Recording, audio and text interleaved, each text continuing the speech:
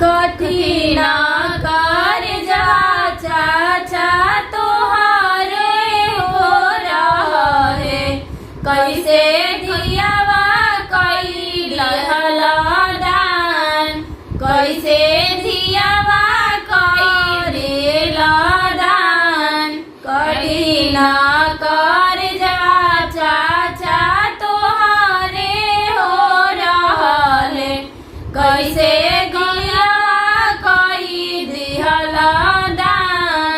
कैसे दियावा कोई दिहल दान। एक हाथे बेटी हम कैनी कन्या दानवा हो, तोहारा के दिहनी हम तेज, तोहारा के दिहनी हम तेज।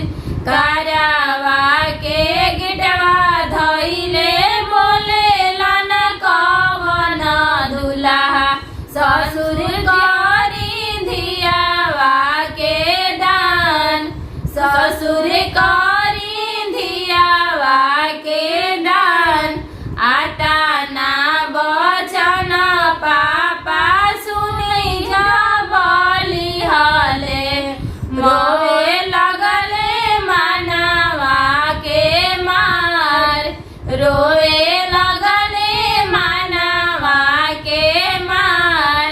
कठिन कार्य भैया तोहारो जो रहले, कैसे बहिनी करेल दान, कैसे बहिनी करेल दान। एक हाथे बहिनी हम कैनी कन्या दानवा, तोहारा के देहनी हम विसार, तोहारा के देहनी हम विसार।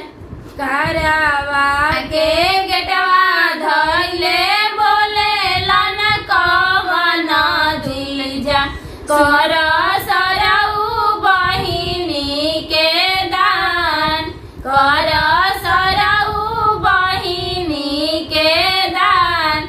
आता ना बचन जब सुने लन कवन भैया, रोए